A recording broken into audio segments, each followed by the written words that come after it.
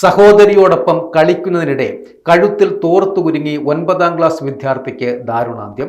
കാഞ്ഞിരപ്പള്ളി മഞ്ഞപ്പള്ളി വേലിത്താനത്ത് കുന്നേൽ സുനീഷിന്റെ മകൻ VS കിരണാണ് മരണപ്പെട്ടത്. കിരണിന് 14 വയസ്സുണ്ടായിരുന്നു. തിടനാട് പഞ്ചായത്തിലെ അമ്പാനി നിരപ്പേൽ ഭാഗത്ത് അമ്മ റോഷനിയോടൊപ്പം വാടകയ്ക്ക് താമസിക്കുകയായിരുന്നു കുട്ടികൾ.